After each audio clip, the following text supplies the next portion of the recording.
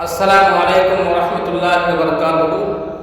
آج ایک اپڈیٹ دیتے ہوئے بہت ہی خوشی ہو رہی ہے کہ ہمارے سیمانچل کی آواز حضرت مولانا عبداللہ سالم قمر چترویدی صاحب کو 10 دن پہلے یو پی کی ATS نے گرفتار کیا تھا۔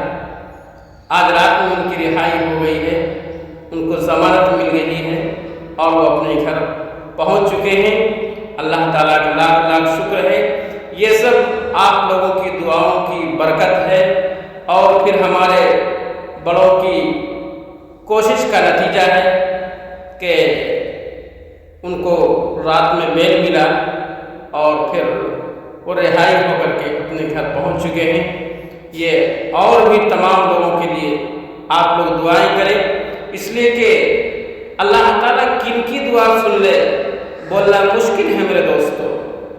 ابھی بھی بہت سارے علماء کرام، بہت سارے مظلومین حضرات جیلوں کی سلاخوں میں ہیں، ان کی رہائی کے لیے بھی آپ لوگ اپنی دعاؤں میں ضرور ان کو یاد رکھیں، ان کے لیے دعائیں کریں کہ اللہ تعالیٰ ان کے لیے بھی کوئی غیب سے رہائی کا فیصلہ فرما دے، اس لیے کہ اللہ تعالیٰ کے گھر میں دیر ہے، اندھیر نہیں ہے۔